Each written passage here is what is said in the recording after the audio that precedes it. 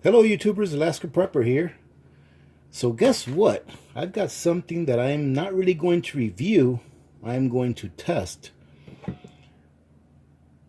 This box of Scone Mix expired, I want to say about 49 months ago, or 4 years and 1 month ago. Or the best buy date expired 49 months ago. There is the best buy date, 11/20 of 2015. Now, I didn't forget about this. This has actually been in front of my pantry for a long time. Victor likes scones, and I bought them for him, and he hasn't asked for them for a while. But I was like, you know what? We always hear that flour and leavening and all that kind of stuff goes bad, quickly after its best buy date. And the main ingredient in this is enriched bleach flour, right? And then it's got your sugar, it's got its oils, salt, it's got corn syrup, solids, and it's got sodium caseinate, and all of the good stuff, all of the stuff that's good for you. So it's got all that stuff, but normally, whenever leavening goes bad, it'll make the package puff up. Now, I haven't opened these. I have 2 left. I have 2 packages left. I'm going to use one today, and I'm going to put the other one to hibernate for another year or 2 to see if that one lasts just as long also. And these are very easy to make from this package, at least. All you require for one packet is, I believe, what is it? I think it's 2/3 of a cup, 3/4 of a cup of water, plus 2 tablespoons to mix with this package. And then all you have to do is put it in the oven at 425 for however many minutes it says. It says for about 10 to 12 minutes. Today I'm going to be using my Coleman oven to make these. But I figured that we'd try these out and see how they come out after being more than 4 years past its best buy date, and being that the main ingredient in this is flour. All right, so I'm going to go ahead and open this up, put it in my bowl, add some water, and mix it up, and then we'll be back when I'm rolling it out.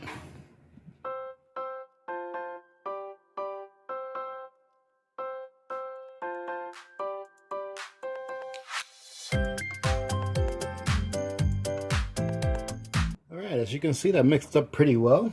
I'm going to just go ahead and bring it all together with my hands.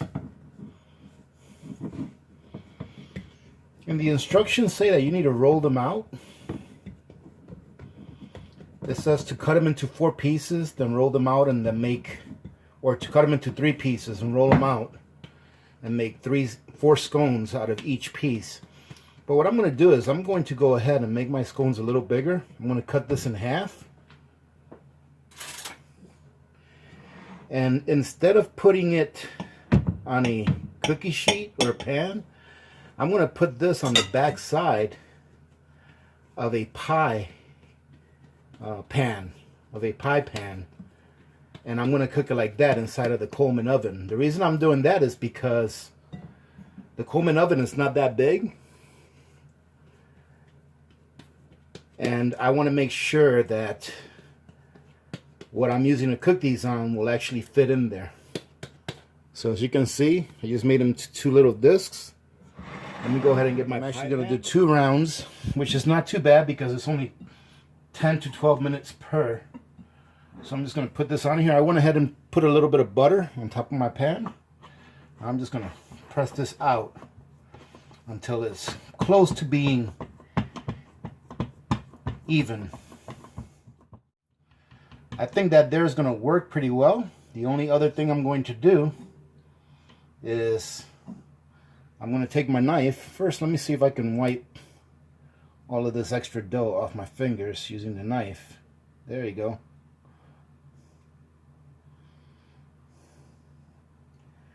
We'll put it on here.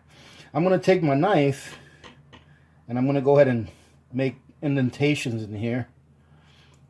That way my 4 scones will come out pretty easy. So we're going to do that. I'm going to go ahead and preheat my Coleman oven, which is right here.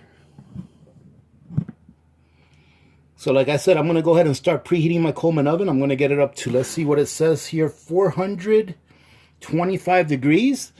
And as you can see here, I'm not sure how close you can see. Let me see if I can bring you guys in. This Coleman oven has a thermometer on it that will reach up to 600 degrees. So won't be too hard to keep track of what the temperature is. I'm going to preheat it. I'm going to put this in there, and then when I take it out, I'll show you what it looks like. Alright, so it looks like it's up to temperature, ladies and gentlemen. So what I did is I went ahead and placed my digital thermometer in the back of the oven, which is reading 428. And the thermometer in front of the oven is reading 425. So it's reading a little bit less than what the back of the oven is reading. So what that tells me is that halfway through, I'm probably going to have to turn this around. So now what I'm going to do is I'm going to bring my temperature down here on my stove. I'm going to bring it down a little bit. It was on high. I'm going to go ahead and grab this, open this up, and put that in there. This oven, by the way, ladies and gentlemen, is pretty awesome. Look at that. It's a perfect fit in there. It's going to be easy for me to grab it when it's time to come out. And there you go. It's closed. I'm going to go ahead and start my timer now for about 6 minutes. Then I'll come back and see what it looks like after 6 minutes. We'll turn it around if we need to. And then we'll see what it tastes like after they're done. See if it's still good 4 years and 1 month after its best by date. Okay, it's been 6 minutes. Now the temperature in the back is reading almost 450, 447, 448. The temperature in the front is only reading 400. So let's take a look and see what it looks like. Oh, and it looks pretty nice. Let's see if we can take it out real quick. There we go. See how the back is looking? It actually looks pretty even. So we're going to go ahead and put it back in there. I turned it around just to make sure. And we'll close it up. And as you can see, opening the door just that little bit brought it down almost 50 degrees. But it's going up quickly again. So we're going to set the timer for another 6 minutes, which will be a total of 12 and change, and then we'll bring you back when it's done, ladies and gentlemen. All right, there you go. The timer just went off. Boom. Let's open it up. You know what? I forgot to set a towel down here for that. Let's go ahead and do that. And then I'll show you guys what it looks like. But let's open it so you can see me taking it out of here. And there it is. That actually looks alright. We'll have to see how the bottom come out. Hopefully it didn't burn.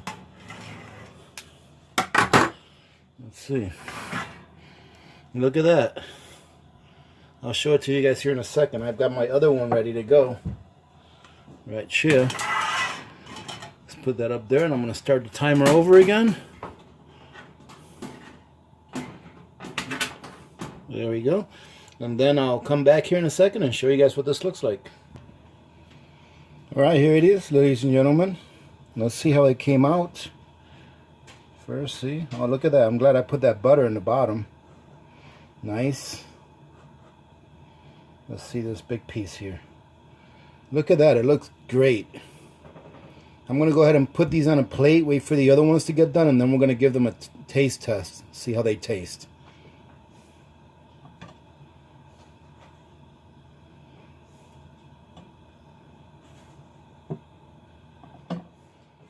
Now before I do put them to rest, I'm going to put a little bit of butter on each of these. You know why, ladies and gentlemen? Because butter makes everything better. But you know what? I'm going to do it on all of them except for one, so that we can taste it on its own, being that we are doing this in order to see how well this has kept for all those years after its best by date. Alright, so we'll leave one alone. Now our second batch should be done, ladies and gentlemen. This is the end of the 6 minutes, the second 6 minutes. So I just turned off my heat. It was maintaining just about 400 and so in the back, and a little bit over 400 in the front. So we'll see what it looks like. I did go ahead and turn it around at the first 6 minute mark. Oh wow, this one came out a little crispier. We'll have to see. Hopefully I didn't burn it. Let's see. See that? It's a little crispier. We'll have to see what the bottom looks like. But I will bring you guys back here in a second so we can tear into these and see what they're like. Well, as you can see, it definitely came out a little crispier on the second round. Now let's see what these guys came like. I just hope that it didn't burn the bottom. Oh no, look at that. A little crispy, but it's not bad at all. The middles look like they got cooked pretty well. Let's see how these guys came out. Oh, they came out good. Alright, so I'm going to put this one to the side. We're going to go ahead and taste the ones that we already have out here. Alright.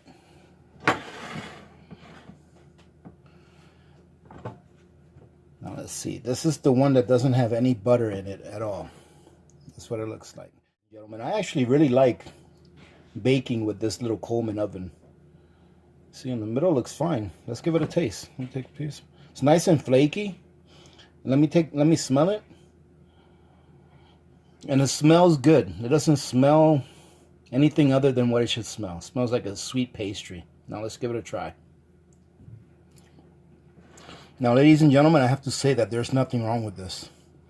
There's no bad taste at all. It tastes just fine. It tastes exactly what it's supposed to taste like. In my opinion, I would like it to be a little sweeter, but I think it's good that they make it like this, where it's not super sweet. That way, if you want to make it a little sweeter, you can add some stuff to it, but it tastes just like it's supposed to stay. There's no aftertaste. It doesn't taste bad. And this thing is 4 years and 1 month past its best buy date. So, you know what? Just a second. I just got an idea. I'll be right back. Ladies and gentlemen, check this out. I've got some strawberry jam that I processed back in March of 2013. So 6 years and 9 months old. A lot of people keep asking me this question whenever they see the video of my pantry. Why are these jars in tin foil?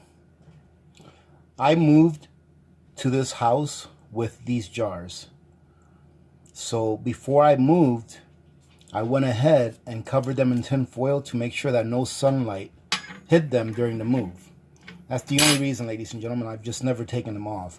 So let's go ahead and take this out. Let's see how it is. After 6 years, I can already tell that it looks a little darker, but that's just a lack of experience on my part, because this is one of the very first jars of jam that I ever processed, and I did not put any lemon juice in it, and I should have.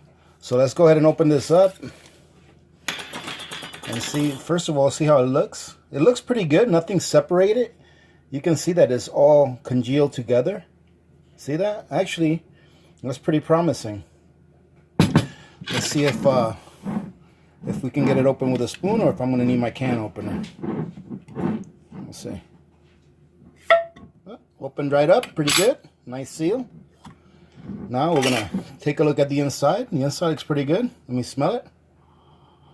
Oh, man, it smells good. I don't know why I'm surprised. I just am. This is the oldest jar of jam that I own. Let's see if Little Miss Alaska Pepper thinks it smells good. This is strawberry jam.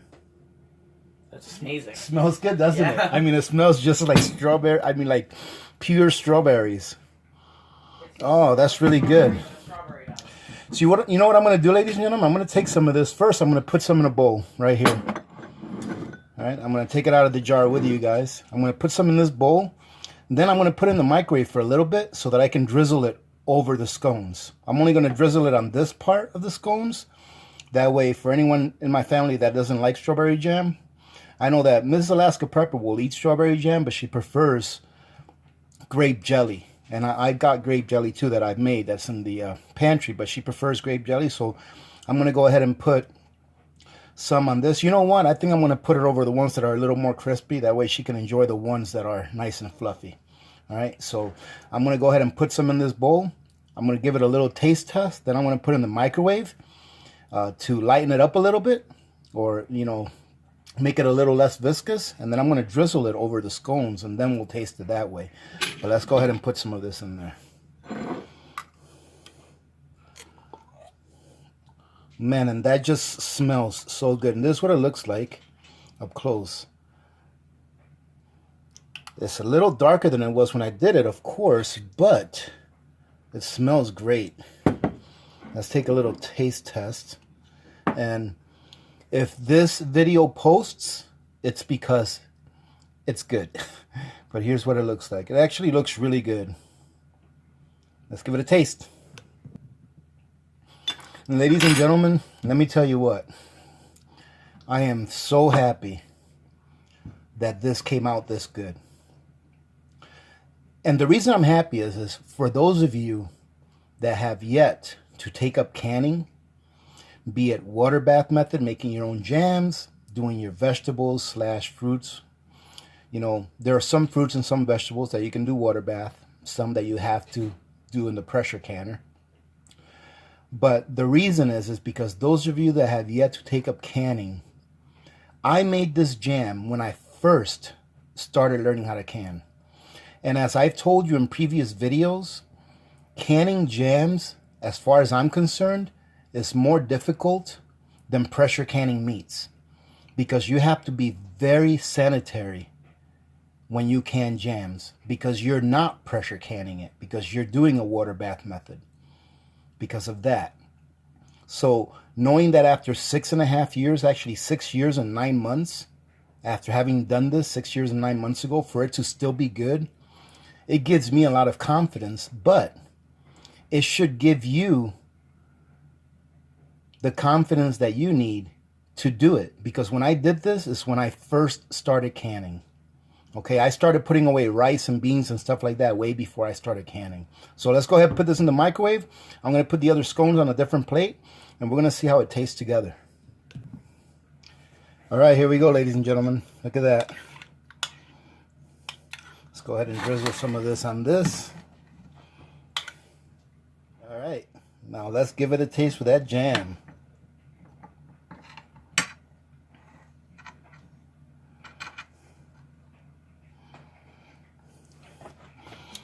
And that's what it looks like. Isn't that pretty? And that was really, really good. Actually, I think that the one that's crispier, the scone that's crispier, tastes better than the one that's fluffier. But oh look, little Miss Alaska Prepper wants to give it a taste test. But to me, ladies and gentlemen, delicious. Let's see what little Miss AP has to say about this, because she is a strawberry jam connoisseur. So what do you think? It's good. You like it? Yeah. Did you know that this jam is like 6 years old? I was probably there when you made it, so yeah. Yeah, you were how old were you then? You were 7 years old. Mm-hmm. Not even 7 years old, because this jam is 6 years and 9 months old. And this scone is a little over 4 years old, past its expiration. So there you go, ladies and gentlemen. For those of you that are afraid to try things that are past their best buy date, and for those of you that are afraid of canning your own jams, not knowing how long they'll last, here you go. I mean, I could have made all of this up, but I didn't. I mean, you saw this, but the jam right here is awesome. I can't believe that it tastes this good being canned that long ago, because this is the oldest jam that I've ever had, that I've made. So, all right, ladies and gentlemen, I hope you guys enjoyed this video. I hope you got something out of it. If you're not canning yet, what are you waiting for? If I can do it, not knowing how to do it 6.5 years ago, and only looking at YouTube channels and reading up on instructions on how to do it, then anyone can do this. All right, ladies and gentlemen, think about it. In 6 years from today, you never know. You may not be able to get jam or jellies at the same price that you're getting them today. And if you make it yourself, a lot less expensive also than buying the stuff at the store. Well, not necessarily if you buy the junk. If you buy the stuff at the store that's mass produced and is pretty much junk, then it's probably going to be cheaper for you to pick that up than to make your own. But I think you know what I mean by less expensive. What you're getting here is quality. This jam, if I remember correctly, has just a couple of ingredients: strawberries, water, sugar, and fruit pectin. That's it.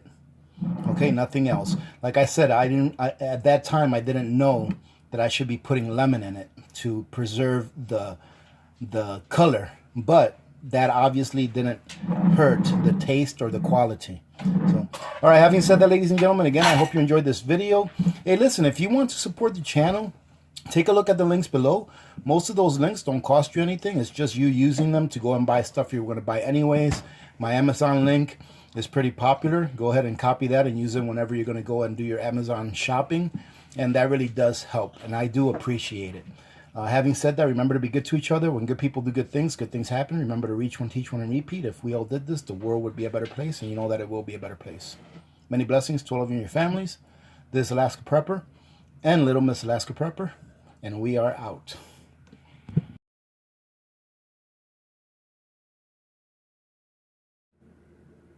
All right, a bonus tip for my VIPs, because if you guys are still here, you're definitely my VIPs.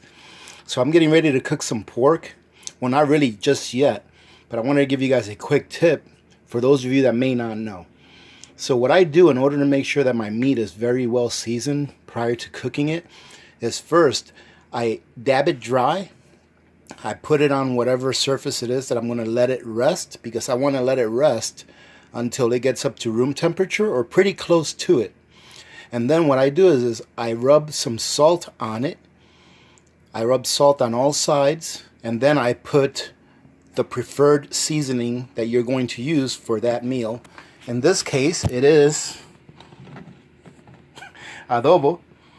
Then you rub a little bit of the adobo or your seasoning on top of the salt that you just rubbed in.